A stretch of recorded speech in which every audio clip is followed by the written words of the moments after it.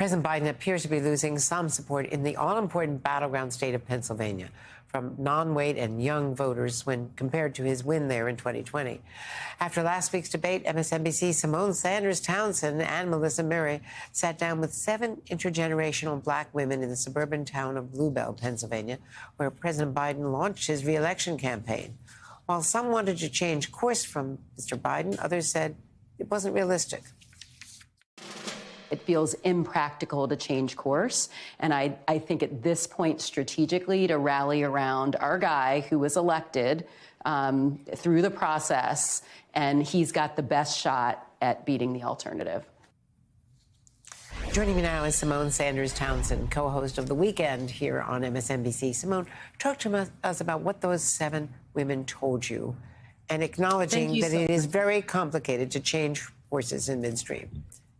Thank you so much, Andrea. Melissa Murray and I went to Blue Bell, Pennsylvania in Montgomery County, as you noted, a county that was actually critical for Joe Biden's win in 2020. The Philadelphia Inquirer noted a marginal drop-off in Montgomery County with non-white and younger voters would be the difference in Joe Biden winning or losing Pennsylvania, which I thought was an amazing statement. So we took ourselves to Blue Bell, and what they said particularly about the debate was very interesting.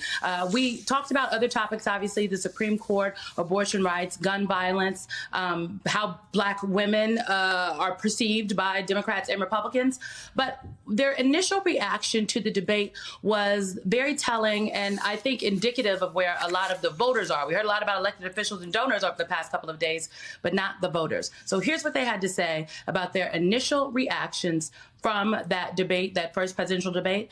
And I asked them about the calls for President Biden to bow out of the race. Take a listen. Anybody here think that Joe Biden, after seeing that first debate, that Joe Biden should drop out of the race? I hoped that both candidates would drop out of the race. Oh. Both. I didn't like either one of them. I didn't think they represented the United States well. I traveled outside the country a while ago to visit Joy, and I get it. People are looking at the United States like, what are you all doing? What are you all collectively smoking? Right. It's embarrassing. So I wanted them both to drop out. Same here. Absolutely. Wish they would both drop out. I'm a bit worried about Biden's ability to be able to run a country. I don't know if he'll be able to do it if he is elected for the next 4 years. And I do think he does have other options within the party who could step up and carry out similar things that he wants to be carried out. It just doesn't, I don't think it should be him. Trump is only a few years younger than Biden. Do you worry about his ability to run the country? Not just age, but like mentally. Okay. That man is... Cognitively. Yeah. That man is unhinged. Absolutely. Yeah, no. Yeah. I don't trust Trump at all. The last young woman there speaking, her name was Clark, a recent master's graduate who works in marketing. And Andrea, I think what stuck out to Melissa and I about our conversation with these women, particularly on the topic of should President Biden continue getting a different candidate? You heard a range of sentiments there amongst black women. I think we often hear that and talk about black women as though they are a monolith.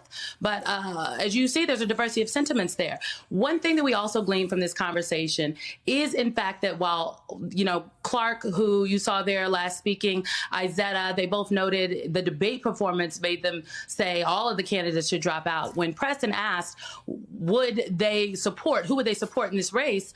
Clark said she's still making her decision, but she knows she's not going to vote for Trump. And Izetta noted, well, obviously she is not voting for Trump. So there you have it, Andrea, from the voters directly.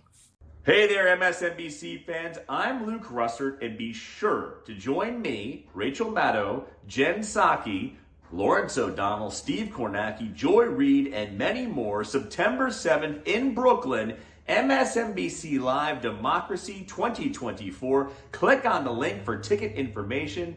We will see you there.